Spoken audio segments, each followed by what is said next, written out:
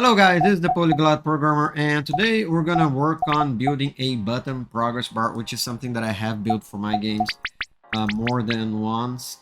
And it basically is this guy here, encapsulates all these guys, which is the label, the title, the progress bar. I'm gonna show you what I do to build this. The buttons that go up and down, a value, and also this integrated with a global signal pattern, which I'm gonna show you how I integrate that with it. But if you guys want to know more about the global signal pattern, there's a link on the description. Go check that video out. People seem to like it, and I think it's helping a lot of people. So let's get on it. This is one of my games, Kitchen Madness. Don't forget to wishlist it on Steam. It's planned to be released right after Steam Next Fest next year, but let's get on it, right?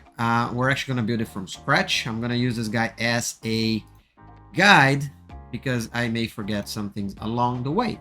So let's get on it, right? So here I have a basic scene with already some small things set up. So if we run our scene, of course, there's nothing here. So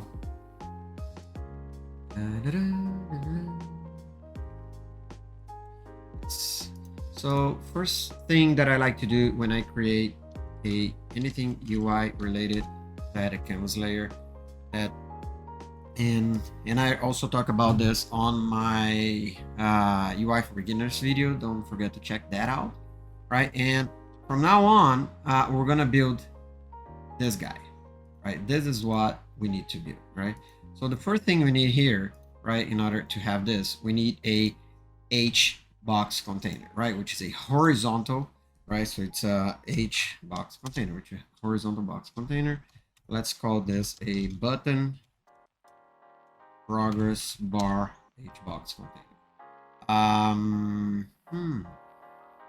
Great. Oh, actually, let's do one more thing because I want this to look a bit prettier. So let's do this, and let's add our H box container here. Let's just call this repair panel. Okay, let's add this guy to the middle. Great.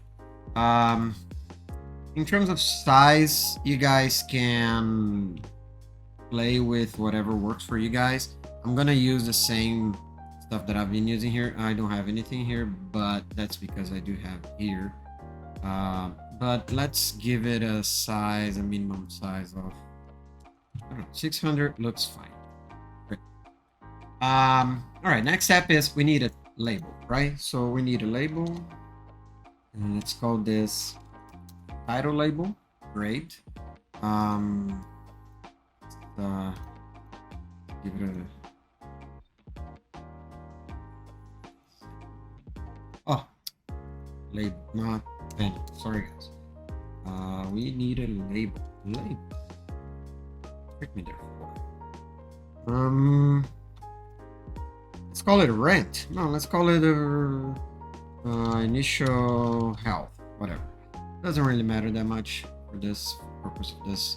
Let's just give it a font of let's say 32. It's too much. 28. Great, 28. Fine. So now that we have our title, so now we need we need another H box container, because this is the guy that's gonna have our buttons, right? And this is the guy that's gonna have a progress bar itself, and we need another label at the end, right? So this is a title label, right? And in here we need another H box container, which we can call it our progress bar, right? And we do need a value.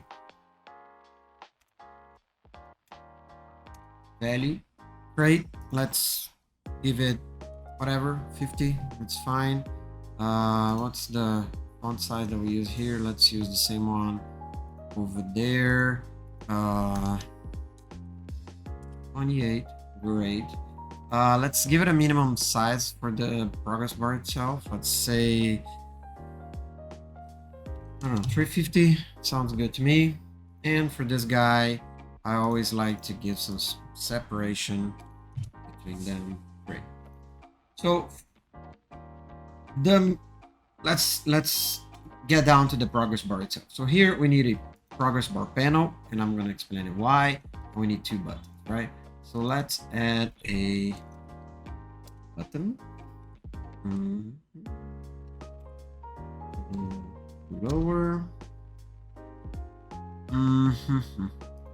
And here, and another one. Race. Great.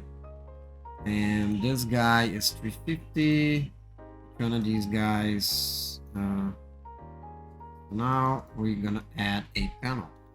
Why do I add a panel? Because I don't like the way the progress bar deals with the themes and the layout. So I actually always have a panel in the back. I'm gonna show you why.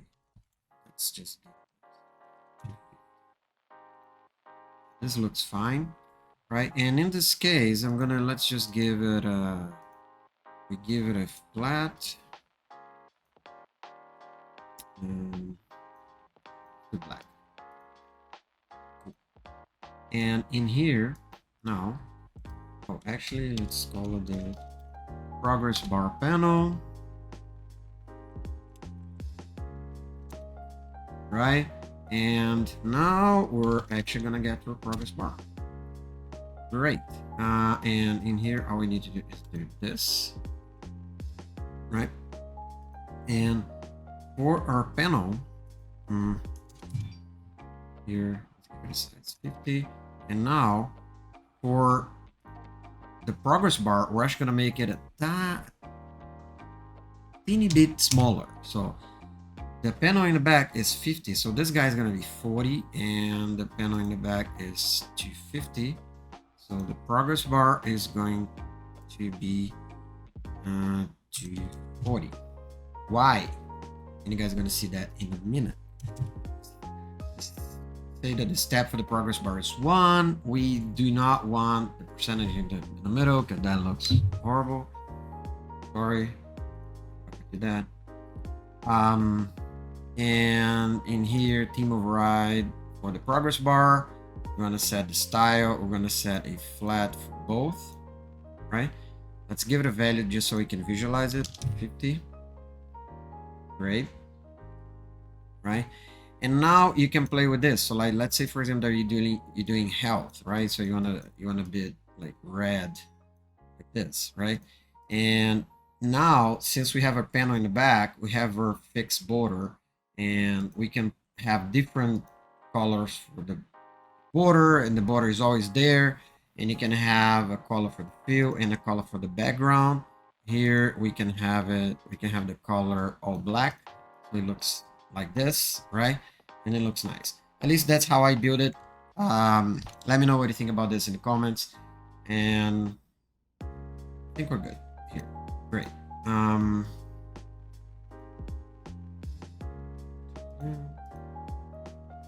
for this guy, let's just center. Looks better. Great. So if we play now, let's see what happens, right? I mean, at least you should see her. Okay, it looks great, but it's not really doing anything. Great. So the next thing that we need to do is that we need to add a script to our component itself, right? So let's do that, which is this guy. Let's add a script here. Let's add a button progress bar component UI. Great. I always like to give a class name, button progress bar component. Great. And now the next thing that we need to do is that we need to preload all the components here to have a reference for all the components that we need to update, right? And in this case is the lower button, the raise button, the progress bar, and the value label. In this case, we need the lower, the progress bar, lower progress bar.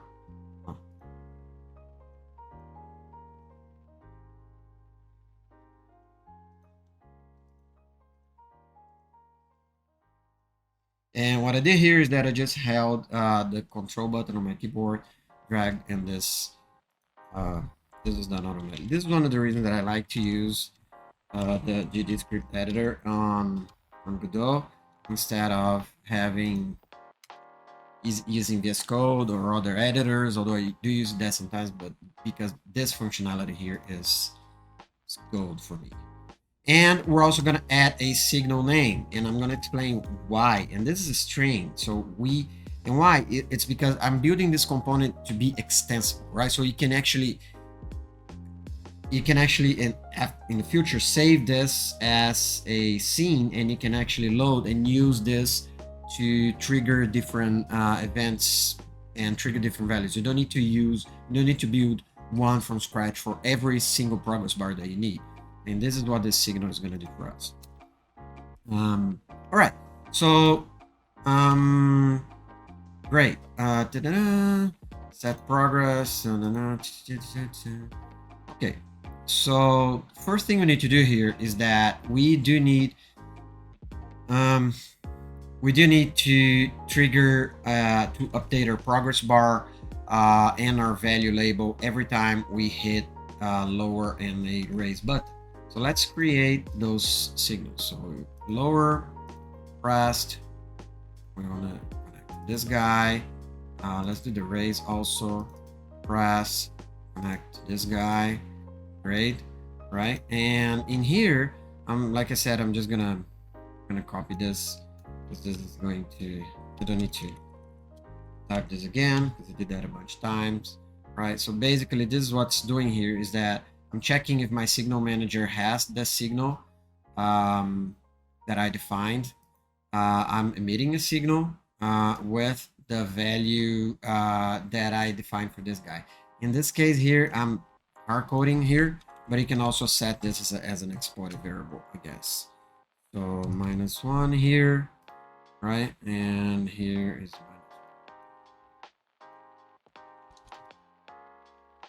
and the raise, we do the same. This is plus, this is a plus. Okay. And he's complaining about update visuals. Why? Because this is a common practice that I have. I always like to have, when I have scripts that actually update the UI, I always have this guy called update visuals, right? And because then I can just update everything in just one place. But in this case, the only thing that this guy is doing is updating the value, right? And let's see. So now, if I'm gonna I already have this signal defined, and I'm gonna explain it in a bit, but I'm just gonna use it now. And okay, so now we have all our code defined. So let's go over this. Here, we're basically defining variables that are references to our UI elements. Here, we're defining the signal that's going to be triggered every time the progress bar values change. This is ready is called when right after the component is ready to be loaded. So we do some setting up here. In this case, we're updating the visuals, which is that we're updating the label with the value from the progress bar. And on the lower button and the raise button, we're triggering the signal with the new value. And we are updating the visuals also, and we're updating the progress bar. So let's talk a little bit about this guy right here. So here I'm using the global signal pattern that, like I said, I do have a video about that.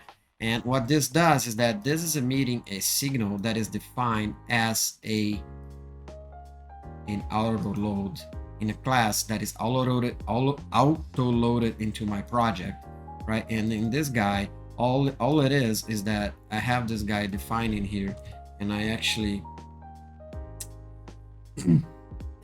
need to define the value. Right, I actually like to call this, because I'm not passing the final value, I'm passing just the change. here, and so have this here. And on my main scene, I have a script here, which the only thing that it does is that it connects to that signal on my global signal manager, and it triggers this and prints to this to the screen, right? And that's it. So let's go back to this guy. I think this is all we need. Let's see. Let's run this and see if we have any bugs. No. And there we go. Here we're just printing this. Let's just see if we can print the value itself, also the offset, right? 1 minus 1. Awesome. Another thing that we can do, like I said, this is hard-coded in here. It's not pretty. Another thing that we can do is that we can do this, right? So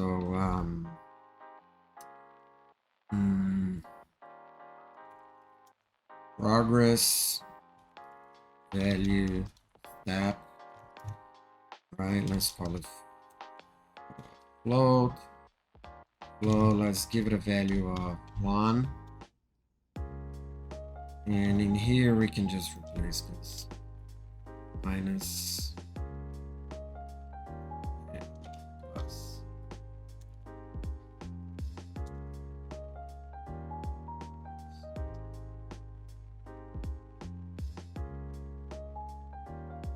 This is much better, because now if we extend this and we use this for other values in our project, other values that in our configuration, we can just easily trigger different signals and also update the step in here. We don't need to touch the code, and that's a very good practice, and that's something that I try to do with all my components. And that's it for today, guys. This video was actually a bit longer than I was expecting. I hope you guys enjoy it. If you want more videos like this, don't forget to like and subscribe. Please leave your comments down below, and I'll see you next time.